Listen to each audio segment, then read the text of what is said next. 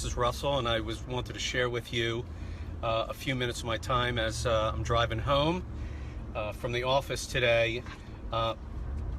Recently on the doctor's site, I've been posting a fair amount of kind of higher level thinking, biomechanics stuff that if you've been hanging out with QSM3, a fair amount of the people have been delving into and seeing things in a different way.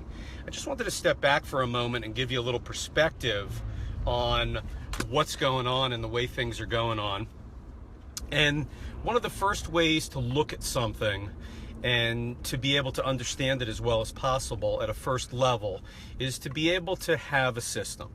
And that's what the algorithm represents. And it took about 7 years to figure out this algorithm. We had to get to the pieces and the parts, and not just, and to be able to step away from a bone model, understanding then the relationships and so forth and so on. So now we're measuring multiple pieces, understanding the relationships.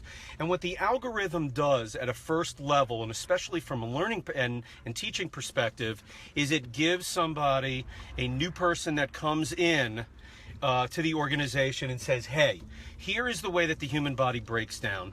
Here is a way that we try to assemble it, and this is a process at which we do it. A, B, C, D, E, F, G. Okay? And that's what we evolved to about a year ago, year and a half ago. And we have a complete system, and I have an algorithm that makes sense and an algorithm that I could justify. The second piece to that, and what that opened up, is the relationships. So now I write the postural listing a little bit differently. We'll do that in Atlanta. I may introduce it on the doctor's forum just to kind of get the ball rolling. But the bottom line is the hip, the low hip, the spine, and the weight, excuse me, need to be coplanar. And then that is the structural essence of the human body. The low hip, the spine, and the weight, they need to be in biomechanical, they need to be all on the same side. So you have a right low hip, you should have a right spine, and then you should have a right fixed point, and then you should have right weight. And then the compensatory, the neurologic, the energetic system of the human body does something miraculous that a chair cannot do. It actually responds.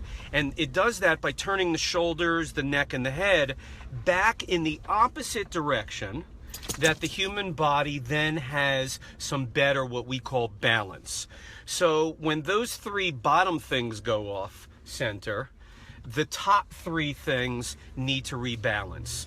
So we look into the postural listing and we see now relationships, and that's what Biomechanics 2 does. It looks at the relationships of these 6 items, and then the rotation, and it comes up with not just normals, but it says, hey, this is dysfunctioning at a level of 1, 2, 3, 4, and these are the things that are really important into the whole deal. And to fix something from below is much more important before you fix something above from a structural point of view. So we've gone from an algorithm to then looking at pieces like the fixed point is not integrated with the pelvis. So what do? We integrate the fixed point. So if I had a right low hip and I had a left fixed point, I'd say, man, I got to fix that. That's the first order of business, and that's what I'm going to do.